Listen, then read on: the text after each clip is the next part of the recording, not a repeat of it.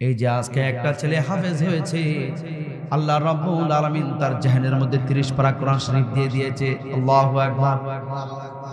পৃথিবীর মধ্যে কত গ্রন্থ আছে, রামায়ণ আছে, মহাভারত আছে, ত্রিপিটক আছে, বিনয় পিটক আছে, দশাতীর আছে, আছে নাকি নাই? শ্রীমদ ভগবত গীতা আছে, ওল্ড টেস্টামেন্ট আছে, নিউ টেস্টামেন্ট আছে।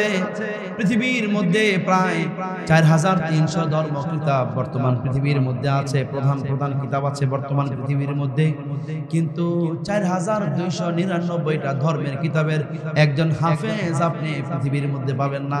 ঠিক না বে ঠিক? কিন্তু আল্লাহ রাব্বুল আলামিনের কোরআনের হাফেজ এই মজলিসের মধ্যে আপনি পাবেন। আপনি জামালপুরে পাবেন, নান্দিনায় পাবেন, আপনি মুক্তাগাছায় পাবেন, ময়মনসিংহে পাবেন কি পাবেন না? পৃথিবীর মধ্যে সবচেয়ে বাজে একটা শহর মুম্বাই, ওই মুম্বাই যান, হাজার হাজার হাফেজ আছে নাকি নাই? আমেরিকা যান, হাজার হাজার হাফেজ আছে নাকি নাই?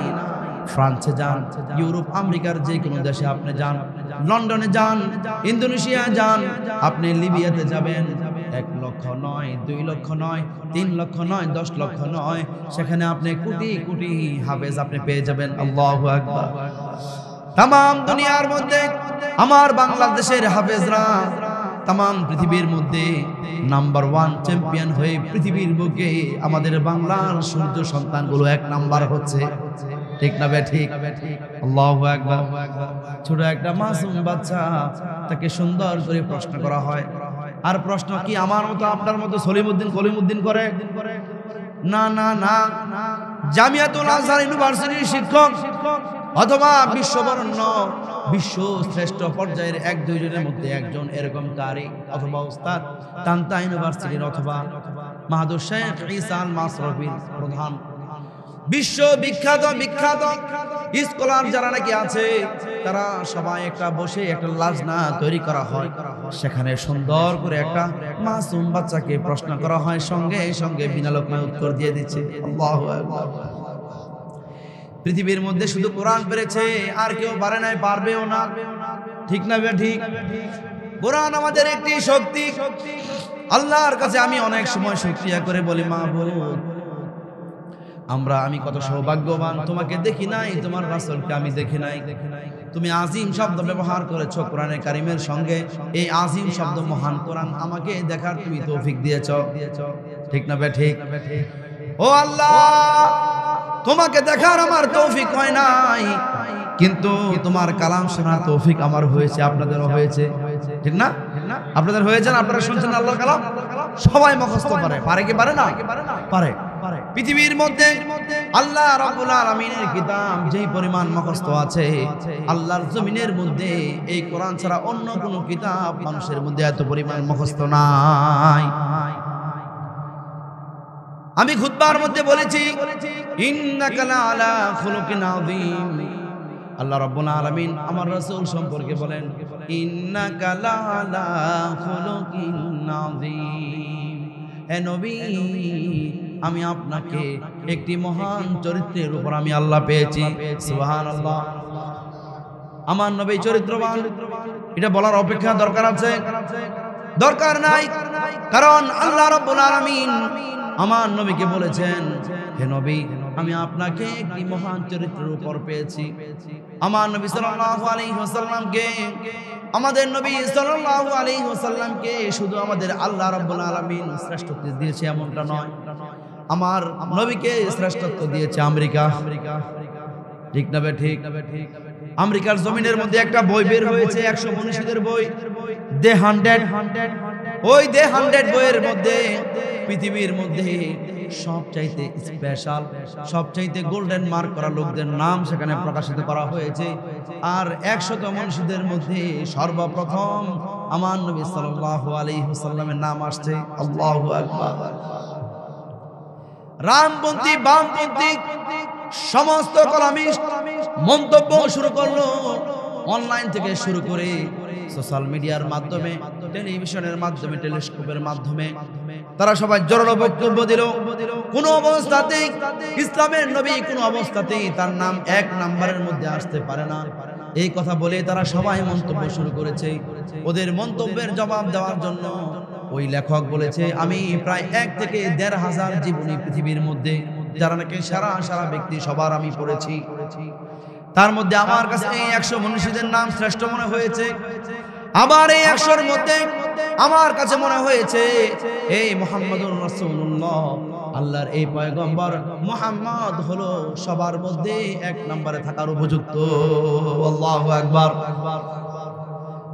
নবীজি সাল্লাল্লাহু আলাইহি ওয়াসাল্লামের নামটা 1 নম্বরে আছে, গুগলের মধ্যে আছে, বইয়ের মধ্যে আছে। এই বইটা আপনি পৃথিবীর যে কোনো রাষ্ট্রে আপনি যাবেন, সেখানে গিয়ে আপনি বইটা পাবেন। সর্বপ্রথম আমার এবং আপনার নবী সাল্লাল্লাহু আলাইহি ওয়াসাল্লামের নাম সেখানে আসছে। এরপর গুগলের মধ্যে আপনি সার্চ দিবেন, যে গুগল আমি চালাই না, আপনিও চালান না, আমরা শুধু ব্যবহার করি, আমরা শুধু ইউজার, কিন্তু এটার যে হর্তাকর্তা পরিচালক, এটার সম্পূর্ণ সবকিছু পরিচালনা করার ডিপার্টমেন্ট আমেরিকার মধ্যে। ওই আমেরিকা বসে বসে তারা গুগলকে নিয়ন্ত্রণ করে, আমরা বহির্বিশ্বের মধ্যে থেকে এটাকে ব্যবহার করি। ঠিক না?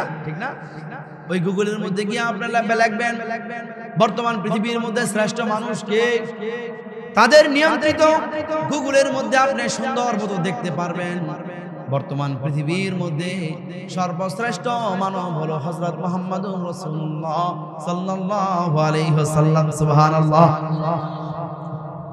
এটা আমাদের বাংলাদেশের জন্য নয়, শুধু সারা পৃথিবীর মুসলমানদের জন্য গর্বের কি গর্বের না? আল্লাহ রাসূল সাল্লাল্লাহু আলাইহি ওয়াসাল্লামকে এমন একটি উপাধি দিয়েছেন। কেন দিয়েছেন? নূরুল আনোয়ার কিতাব, ওই কিতাবের লেখক বলেছেন আমার রাসূলকে আল্লাহ রাব্বুল আলামিন এই গুণগুলি দেওয়ার 3টা কারণ আছে।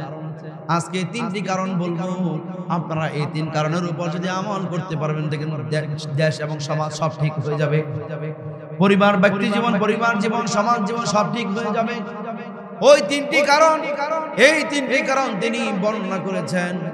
এই 3টি কারণের বাইরে এরকম অসংখ্য হাজারো ঘটনা আছে পৃথিবীর মধ্যে আমার রাসূল, যে আল্লাহ রাসূল সাল্লাল্লাহু আলাইহি ওয়াসাল্লাম শ্রেষ্ঠ হওয়ার জন্য তিনি সেরা, অন্য কেউ নয়। পৃথিবীর মধ্যে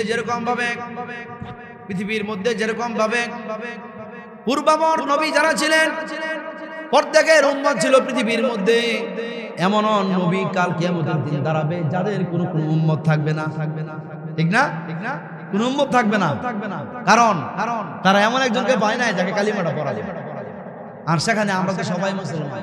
ঠিক না ঠিক? আমরা সবাই মুসলমান, আমরা ওয়ারাসুল আনবিয়া, নবী সাল্লাল্লাহু আলাইহি ওয়াসাল্লামের কি আমরা উম্মত এবং উলামায়ে কেরাম ওয়ারিস, হ্যাঁ উত্তরাধিকারী।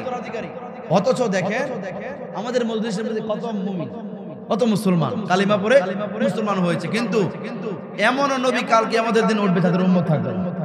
1 জন উম্মত থাকবে, 2 জন উম্মত থাকবে, 5 জন উম্মত থাকবে।